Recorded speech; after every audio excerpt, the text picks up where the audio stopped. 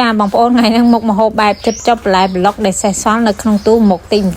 គឺគួបផ្សំជាមួយនឹងមីសួរចូលគ្នាយកមកឆាញ៉ាំបងប្អូនពេលខ្លះយើងធ្វើម្ហូបពេលខ្លះទៅយើងរនឹកឃើញធ្វើចង់ញ៉ាំនេះញ៉ាំនោះប៉ុន្តែថ្ងៃណាចាល់ច្រករនឹកឃើញអីប្រម៉ែប្រមូលមកដាក់មួយគ្នាយកមកឆាញ៉ាំដូចនឹងខ្ញុំអញ្ចឹងថ្ងៃហ្នឹងឆា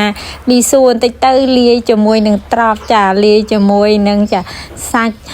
ជ្រូកដែលប្រឡាក់ទុកអីទៅបានមួយមុខហ្នឹងជាម្ហូបបានហើយងាយមិនពិបាកអីអញ្ចឹងថ្ងៃខ្លះគឺវាចាល់អញ្ចឹងបងប្អូនអញ្ចឹងមកចាល់ហើយនៅក្នុងទូរបស់យើងមានអីមិនចាំយូរចាត់ការមកចេះចប់ទី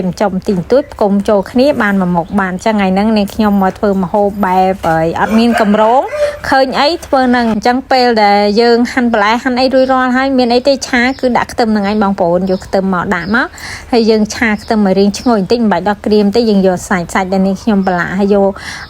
ទុកអាំងញ៉ាំមកធ្វើ barbecue ដល់ពេលអញ្ចឹងសល់ទៅយើងយកមកឆាជាមួយនឹងត្រប់ចាឆាមួយត្រប់ជាមួយនឹងខ្ទឹមបារាំងសល់បន្តិចហ្នឹងយកមកឆាគ្រឿងបន្លែអស់ហ្នឹងឲ្យរៀងសពប់ឆ្អិនបន្តិចមក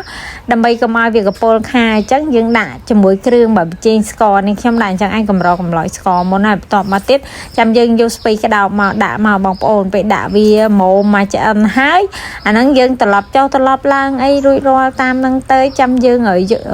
ដាក់គ្រឿងផ្សំបន្លែប្លុកផ្សេងទៀតដូចជាមីសួរអញ្ចឹងណាបងប្អូនម្ហូបប្រហែលព្រៀងតុកចាការ record ក៏ប្រហែលព្រៀងតុកដែរនៅសារវីដេអូនេះវាយូរគ្រាន់ហើយនេះខ្ញុំទៅយកមកខាត់អញ្ចឹងណាអញ្ចឹងបើបងប្អូនឃើញថាវាខុសពី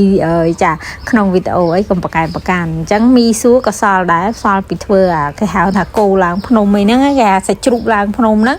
យកមកដាក់ឆាមួយគ្នាមានអីបងប្អូនបានមកពេលបាននិយាយទៅមុខម្ហូបបើសិនជាយើងអត់ព្រៀងតុកធ្វើឡើងងាយមែនតើបើសិនយើងព្រៀងតុកវិញរៀងពិបាកតិចហើយគេថានេះមុខម្ហូបបែបនឹកឃើញអីដាក់នឹងទៅសំខាន់បន្លែហ្នឹងគឺជាប្រភេទបន្លែដាក់មួយឆាបានដូចគ្នាទៀតអញ្ចឹងយើងយកមកដាក់មកអត់អីទេតែបើបងប្អូនគាត់អត់ចូលចិត្តញ៉ាំបន្លែច្បល់អញ្ចឹងទេអាចឆាតែមួយមុខមកក៏បានដែរចាអញ្ចឹងមុខម្ហូបសម្រាប់ថ្ងៃអាទិត្យមុខម្ហូបងាយមុខម្ហូបមិនពិបាកគិតទេគឺមុខម្ហូបឆាឃើញអីចាប់ឆាហ្នឹងមកបងប្អូនឃើញអីស្លហ្នឹងមកចាអញ្ចឹងវីដេអូបើនេះខ្ញុំថ្ងៃហ្នឹងមានតែប៉ុណ្្នឹងឯងអរគុណបងប្អូនដែលតែងតែគាំទ្រក៏ដូចជាទស្សនាវីដេអូនេះខ្ញុំចាជូនពរបងប្អូនទាំងអស់គ្នាសំណាងល្អសុខភាពល្អរកទទួលទានមានបានធ្វើដំណើរទៅណាមកណាប្រកបដោយសុខសុវត្ថិភាពណាបងប្អូនបើសិនជាបងប្អូនចូលចិត្តចាកុំភ្លេច share ចែកម្លែកផងហើយបើសិនចង់ដឹងអីពីនាងខ្ញុំបងប្អូនអាចចូលទៅក្នុង page របស់នាងខ្ញុំបានគឺឈ្មោះម៉ាប់សៀបហើយ YouTube ក៏ឈ្មោះម៉ាប់សៀបដែរ